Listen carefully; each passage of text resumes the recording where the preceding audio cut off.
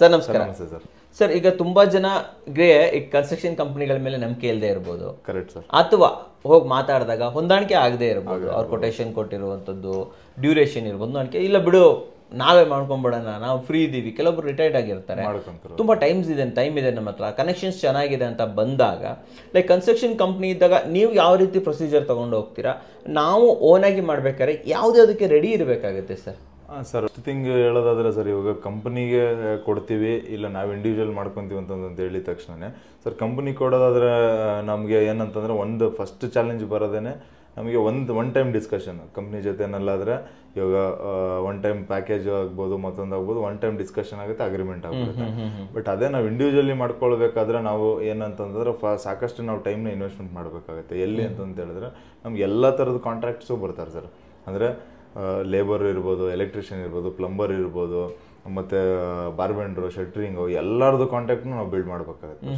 So ಎಲ್ಲರನ್ನೂ contact build ಮಾಡಬೇಕಾಗುತ್ತೆ. ಅದರಲ್ಲಿ ನಾವು ಅವ್ರನ್ನ ಪ್ರತಿಯೊಬ್ಬರನ್ನು ಕೂಡ ಏನಂತಂದ್ರೆ ಯಾರು ವೆರಿಫೈಡ್, ಯಾರು ಚೆನ್ನಾಗಿ ಮಾಡ್ತಾರೆ, ಪ್ರತಿಯೊಬ್ಬರನ್ನು ನಾವು ವೆರಿಫೈ ಮಾಡ್ಕೋಬೇಕಾಗುತ್ತೆ. ಯಾಕಂದ್ರೆ ಎಲ್ಲದಕ್ಕೂ ಬಜೆಟ್ ಹಾಕ್ತಾ ಇರ್ತೀವಿ ಸರ್.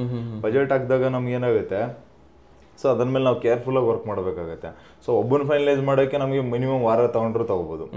ಸೊ ಯಾರ್ದೋ ಒಂದು ರೆಫರೆನ್ಸ್, ಇವಾಗ ಮೇಸ್ತ್ರಿ ಯಾರೋ ಒಬ್ಬರ ಎಲೆಕ್ಟ್ರಿಷಿಯನ್ ಹೇಳ್ದಂತಂದ್ರೆ ತಗೊಳಕ್ಕಾಗಲ್ಲ, ಇಲ್ಲ ಅಂತಂದ್ರೆ ಯಾರೋ ಒಬ್ಬ ಪ್ಲಂಬರ್ನ ಹೇಳ್ದಂತಂದ್ರೆ ತಗೊಳಕ್ಕಾಗಲ್ಲ. ನಾವು ಇಂಡಿವಿಜುವಲಿ ನಾವು ರಿಸರ್ಚ್ ಮಾಡಬೇಕಾಗುತ್ತೆ. ಸೊ ಯಾರ್ದು ಚೆನ್ನಾಗಿದೆ ಕೆಲಸ ಏನಂತಂತ ನೋಡ್ಕೋಬೇಕಾಗುತ್ತೆ. ಸೊ ನಾವು ಹುಡುಕೋದಂಗೆ ಹುಡುಕ್ಬಿಡ್ತೀವಿ, ಬಟ್ ಅವ್ರದ್ದು ಪ್ರೈಸಿಂಗ್ನ ನಾವು ಪ್ರಾಪರಾಗಿ ಕಟ್ ಡೌನ್ ಮಾಡಬೇಕಾಗುತ್ತೆ. ಏನಕ್ಕೆ ಅಂತಂದರೆ ಪ್ಲಂಬರ್ ರೇಟ್ಸ್ ಏನಿದೆ, ನನಗೆ ಎಲೆಕ್ಟ್ರಿಷಿಯನ್ ರೇಟ್ ಏನಿದೆ, ಸೊ ನಮಗೆ ಶೆಟ್ರಿಂಗ್ ಅವ್ನು ಏನು ರೇಟ್ ತಗೊಂತಿದ್ದಾನೆ, ಸೊ ಆಮೇಲೆ ನಾವು ಮಾರ್ಕೆಟ್ ರೇಟ್ಗಿನ್ನ ಕಡಿಮೆ ತೊಗೊತಿದ್ದಾನೆ, ಜಾಸ್ತಿ ತೊಗೊತಿದ್ದಾನೆ, ಇಲ್ಲ ಕರೆಕ್ಟಾಗಿ ತೊಗೊತಿದ್ದಾನೆ, ಆ ರೇಟ್ಸ್ ನಾಲೆಡ್ಜ್ ಇರಬೇಕಾಗುತ್ತೆ. ಆಮೇಲೆ ನೆಗೋಷಿಯೇಷನ್ ಸ್ಕಿಲ್ ಇರಬೇಕಾಗುತ್ತೆ. ಸೊ ಇದಿಷ್ಟನ್ನ ನಾವು ಮಾಡೋಕ್ಕೆ ಮೇಜರಾಗಿ ಟೈಮು ಮತ್ತು ನಮಗೆ ಪೇಷನ್ಸ್ ಇರಬೇಕಾಗುತ್ತೆ sir, first thing. Second thing ಏನಂತಂದ್ರೆ material knowledge sir. Material knowledge ಅಂತ ಹೇಳಿದ್ರೆ, ಇವಾಗ ಕನ್ಸ್ಟ್ರಕ್ಷನ್ ಥ್ರೂಔಟ್ ದ ಕನ್ಸ್ಟ್ರಕ್ಷನ್ ಯಾರನ್ನು ಏನಂತಂದರೆ ನಮಗೆ ಫಸ್ಟ್ ಟೈಮ್ ಕನ್ಸ್ಟ್ರಕ್ಷನ್ ಮಾಡ್ತಾ ಇದೀವಿ ಅಂತಂದು ಇಟ್ಕೊಳ್ಳೋಣ. ನಾವೇ ಏಕಾಏಕಿ ಸ್ಟಾರ್ಟ್ ಮಾಡಿಬಿಟ್ಟು ನಾವೇನೋ ಒಂದು ಧೈರ್ಯದಲ್ಲಿ ನೀವು ಹೇಳ್ದಂಗೆ ಒಂದಷ್ಟು ನನಗೆ ಸೇವಿಂಗ್ಸ್ ಆಗ್ಬೋದು, ಒಂದು 5 ಲಕ್ಷ ಉಳಿಸ್ತೀನಪ್ಪ ನಾನು ಅಂತಂತ ಹೇಳ್ಬಿಟ್ಟು ಮಾಡ್ಬೋದು. ಇಲ್ಲಾಂದರೆ ನಾನು ಫ್ರೀನೇ ಇದ್ದೀನಿ, ನನಗೇನು ಕೆಲಸನೇ ಇಲ್ಲ, ನಾನು ಆಮೇಲೆ ನಂದು ವರ್ಕಿಂಗು ಕಡಿಮೆ ಇದೆ ಅಂತಂತ ಹೇಳ್ಬಿಟ್ಟು ಸ್ಟಾರ್ಟ್ ಮಾಡಿದ್ರು ಅಂತಂತ ಹೇಳಿದ್ರೆ, ಸೊ ಪ್ರಾಬ್ಲಮ್ ಎಲ್ಲಿ ಸಿಗಾಕೊಂತೀವಿ ಅಂತಂದರೆ, ಫಸ್ಟ್ ಥಿಂಗ್ ಇಸ್ ಲೇಬರಲ್ಲಿ ಸಿಗಾಕೊಂತೀವಿ ಸರ್. ಅದಕ್ಕೆ ಪ್ರಿಪೇರ್ಡ್ ಆಗಿರಬೇಕು. ಸೆಕೆಂಡ್ ಥಿಂಗು ಮೆಟೀರಿಯಲ್ ನಾಲೆಡ್ಜ್ ಅಂತಂದರೆ ಯಾವ್ಯಾವ ಟೈಮಲ್ಲಿ ಏನೇನು ಮೆಟೀರಿಯಲ್ಸ್ ಬರುತ್ತೆ ಅದನ್ನು ಹೆಂಗೆ ತೊಗೊತೀವಿ.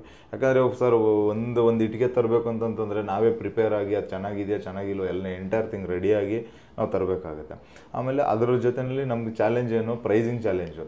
ಸೊ ಇಟ್ಟಿಗೆ ಚೆನ್ನಾಗಿದೆ, ಎಷ್ಟೊಂದು ಕಡೆ ಸೆಲೆಕ್ಷನ್ ಆಗುತ್ತೆ, ಇದೇ ಬ್ರ್ಯಾಂಡ್ ತೊಗೊಳ್ಳೋಣ ಅಂತಂತ ಹೇಳ್ಬಿಟ್ಟು. ಬಟ್ ಅದು ಕ್ವಾಲಿಟಿ ಏನಿದೆ ಮತ್ತು ಪ್ರೈಸಿಂಗ್ ಏನಿದೆ, ನಾವು ಲೋಕಲಲ್ಲಿ ಪರ್ಚೇಸ್ ಮಾಡ್ತೀವೋ ಇಲ್ಲ ಕಂಪ್ನಿಗಳ ಥ್ರೂ ಪರ್ಚೇಸ್ ಮಾಡ್ತೀವೋ, ಆ ಚಾಲೆಂಜಿಗೆ ನಾವು ರೆಡಿ ಇರಬೇಕಾಗುತ್ತೆ. ಆ್ಯಂಡ್ ಎಕ್ಸಾಕ್ಟಾಗಿ ನಮಗೆ ಎಲ್ಲ ಮೆಟೀರಿಯಲ್ದು ಕೂಡ ಕಾಂಟ್ಯಾಕ್ಟ್ಸ್ನ ಬಿಲ್ಡ್ ಮಾಡಬೇಕಾಗುತ್ತೆ. ನಾವು ಫೋನ್ ಮಾಡಿದ್ರೆ ಬರ್ಬೇಕು ಮೆಟೀರಿಯಲ್. ಕರೆಕ್ಟ್. ಪ್ರತಿ ಸತಿ ನಾವು ಹೋಗಂಗಿರಬಾರ್ದು. ಆಮೇಲೆ ಒಂದ್ಸತಿ ಕ್ಲೀನ್ ಆಗಿದೆ ಡೀಲ್ ಅಂತ ನಾವು ನಂಬಕ್ಕಾಗಲ್ಲ. ಈಗ ಫಾರ್ ಎಕ್ಸಾಂಪಲ್ ಸ್ಟೀಲ್ ತೊಗೊಂತೀವಿ ಅಂತ ಇಟ್ಕೊಳ್ಳಿ ಸರ್, ನಾವು ಅನ್ಕೊಂತೀವಿ ಒನ್ ಟೈಮ್ ಡೀಲ್ ಇದು, ಒನ್ ಟೈಮ್ ಹೋಗಿ ಅಂಗಡಿ ಹುಡುಕಾಡಿದ್ವಿ, ಇವನ ಹತ್ರ ರೇಟ್ ಕಡಿಮೆ ಇದೆ ಅಂತ ಹೇಳ್ಬಿಟ್ಟು ತೊಗೊಂಡ್ಬಿಡ್ವಿ ಅಂತಂದು ಇಟ್ಕೊಳ್ಳೋಣ. ಸೊ ಅದು ನೆಕ್ಸ್ಟ್ ಟೈಮ್ ಫೋನ್ ಹಾಕಿದ್ರೆ ಬಂದ್ಬಿಡುತ್ತೆ ಅಂತಂತ ನಾವು ಅನ್ಕೊಂತೀವಿ ಎಲ್ಲರೂ. ಸೊ ಫೋನ್ ಹಾಕಿದ್ರೆ ಬಂದ್ಬಿಡುತ್ತೆ, ಬಟ್ ಅದು 100% ಕರೆಕ್ಟಾಗಿ ಬರುತ್ತಾ, ಚೆನ್ನಾಗಿರೋದು ಕೊಡ್ತಾನ, ಮತ್ತೆ ವೆಯ್ಟ್ ಕರೆಕ್ಟಾಗಿ ಇದೆಯಾ, ತೂಕ ಕರೆಕ್ಟಾಗಿ ಇದೆಯಾ, ಸೊ ಅದನ್ನೆಲ್ಲ ನಾವು ವೆರಿಫೈ ಮಾಡೋಕ್ಕಾಗಲ್ಲ. ಯಾಕಂದ್ರೆ ಎಲ್ಲರೂ ಇವಾಗ ನಮ್ಮ ಕನ್ಸ್ಟ್ರಕ್ಷನ್ ಇಂಡಸ್ಟ್ರಿ ಇರೋದೇನೆ ಅದೇ ಥರ ಸರ್. ಈಗ ಹಾರ್ಡ್ವೇರ್ಗೆ ಹೋಗ್ಲಿ, ಫಸ್ಟ್ ದಿನ ಇವಾಗ ಏನು ಐಟಮ್ ತೊಗೊಂತಿದ್ದಾರೆ ಅನ್ನೋದ್ಮೇಲೆ ಡಿಸೈಡ್ ಆಗ್ಬಿಡುತ್ತೆ. ಈಗ ಹಾರ್ಡ್ವೇರಲ್ಲಿ ಹೋಗ್ಬಿಟ್ಟು ಕ್ಯೂರಿಂಗ್ ಪೈಪ್ ಇದನ್ನು ತೊಗೊಂತಿದ್ದಾರೆ ಅಂತಂದ್ರೆ ಅಲ್ಲಿ very neck to neck reasonable rate ಕೊಟ್ಬಿಡ್ತಾರೆ. ಇಲ್ಲಿ ಹಾರ್ಡ್ವೇರ್ ಹೋಗಿ ವೈರಿಂಗ್ ತಗೊಂತ ಇದೀವಿ ಅಂತ ಇಟ್ಕೊಳ್ಳಿ, ವೈರಿಂಗ್ ಅಲ್ಲಿ ಅವ್ರಿಗೆ ಗೊತ್ತಾಗುತ್ತೆ ನೆಕ್ಸ್ಟ್ ಸ್ವಿಚ್ ಪ್ಲೇಟ್ ಬಂದೇ ಬರ್ತಾರೆ. ಅಲ್ಲಿ ಅವ್ರಿಗೊಂದು 0 to 0 ಅವ್ರಿಗೆ ₹1 ಮಾರ್ಜಿನ್ ಇಲ್ಲ ಅಂತಂದ್ರೆ ಕೊಟ್ಬಿಡ್ತಾರೆ. ಸೊ ನೆಕ್ಸ್ಟ್ ನಮಗೆ ಕಮ್ಮಿಂಗ್ ಬಿಸ್ನೆಸ್ ಇರುತ್ತೆ ಅಂತ ಹೇಳ್ಬಿಟ್ಟು. ಸೊ ನಾವು ಎವ್ರಿ ಸ್ಟೇಜ್ ನಾವು R&D ಮಾಡಬೇಕಾಗುತ್ತೆ. ಇವಾಗ ಪ್ರತಿಯೊಂದು, ಇವಾಗ ಸಿಮೆಂಟ್ ತಂದ್ವಾ, ಫಸ್ಟ್ 50 ಬ್ಯಾಗ್ ತಂದ್ವಿ, ಮಾರ್ಕೆಟಲ್ಲಿ ಎಲ್ಲ ವಿಚಾರಿಸಿದ್ವಿ, ಎಲ್ಲ ಕಡೆ ₹410 ಇದೆ, ಇಲ್ಲಿ ₹400 ಇದೆ, ತೊಗೊಂಡ್ವಿ. ಸೊ ಸೆಕೆಂಡ್ ಟೈಮ್ 100 ಬ್ಯಾಗ್ನ ನಾವೇನು ಮಾಡ್ತೀವಿ, ಸ್ಟ್ರೈಟಾಗಿ ಆರ್ಡರ್ ಕೊಡ್ತೀವಿ, 100 ಬ್ಯಾಗ್ ಕೊಟ್ಬಿಡಪ್ಪ ಅಂತ ಹೇಳ್ಬಿಟ್ಟು. ಸೊ ಅವಾಗ ಅಲ್ಲಿ ನಾನು ಎಲ್ಲ ಕಡೆ ಮಾರ್ಕೆಟ್ ರೇಟ್ ₹400 ಇದೆ, ₹410 ಇದೆ ಅಂತೇಳಿ ನಾವು ವೆರಿಫೈ ಅವಾಗ ಇಲ್ಲಿ ಬಿಟ್ಟಿರ್ತಾರೆ. ಅಲ್ಲಿ ನೆಕ್ಸ್ಟ್ ಇದರಲ್ಲಿ ₹10-20 ಜಾಸ್ತಿ ಮಾಡಿದ್ರೆ ನಮ್ಗೇನು ಗೊತ್ತಾಗಲ್ಲ. ಆಮೇಲೆ ನಮಗೇನಾಗುತ್ತೆ, ಬಿಡು ಅಮೌಂಟ್ ನಿಂತ್ಕೊಂತಾರೆ, ಒಂದು ವಾರ ನಿಂತ್ಕೊಂತಾರೆ, ಅದು ಇದು ಅಂತಂತ ನಾವು ಅನ್ಕೊಂತ ಇರ್ತೀವಿ. ಸೊ ಅದಷ್ಟೇ ಬಿಟ್ಟರೆ ಇನ್ನು ನಾವು ಪ್ರತಿ ಸ್ಟೇಜ್ನು ಕೂಡ R&Dನೇ ಇರುತ್ತೆ ಸರ್. ಪ್ರತಿ ಸ್ಟೇಜ್ನು ಎಲ್ಲ ಕಡೆನೂ ಕೇಳಬೇಕು, ಮತ್ತೆ ಒಂದು ಕಡೆ ಆರ್ಡರ್ ಕೊಡಬೇಕು, ಆಮೇಲೆ ಅದು ಕರೆಕ್ಟಾಗಿ ಇದೆಯಾ ಇಲ್ಲೋ ಬರ್ತಾರ ಮೆಟೀರಿಯಲ್ ಅಂತ ಹೇಳ್ಬಿಟ್ಟು ನೋಡ್ಕೋಬೇಕು. ಇದೆಲ್ಲ ಸಾಕಷ್ಟು ಚಾಲೆಂಜಸ್ಗೆ ನಾವು ಪ್ರಿಪೇರ್ಡ್ ಇರಬೇಕಾಗುತ್ತೆ. ಸೊ ಇದನ್ನೇನಂತಂದ್ರೆ ಮಾಡೋಕ್ಕೆ ಆಗಲ್ಲ ಅಂತಂತಲ್ಲ, ಬಟ್ ಏನಂದರೆ ಸ್ವಲ್ಪ ನಾಲೆಡ್ಜ್ ತಿಳ್ಕೊಂಡಿರ್ಬೇಕು. ಸೊ ಥರ್ಡ್ ಥಿಂಗ್ ಏನಂತಂದ್ರೆ ಸರ್, ಇವಾಗ ನಾವು ಫಸ್ಟ್ ಟೈಮ್ ಕಟ್ತಾ ಇರಲಿ ಇಲ್ಲ ಯಾರು ಇವಾಗ ಏನೋ ಸೆಕೆಂಡ್ ಟೈಮ್ ಕಟ್ತಾ ಇರಲಿ, ಫಸ್ಟ್ ಕಟ್ಟೋಕೆ ಮುಂಚೆ ನಾವು ಬಜೆಟ್ನ ಫಿಕ್ಸ್ ಮಾಡ್ಕೋಬೇಕಾಗುತ್ತೆ ಸರ್. ಬಜೆಟ್ ಏನಾಗುತ್ತೆ, ಯಾವಾಗಲೂ ನಾವು ನಾವೇ ಕಟ್ಟಬೇಕು ಅಂತ ನಿಂತ್ಕೊಂಡಾಗ ನಮ್ಮ ಮೈಂಡ್ ಏನಿರುತ್ತೆ, ಯಾವಾಗಲೂ ಸೇವಿಂಗ್ಸ್ ಆಗುತ್ತೆ.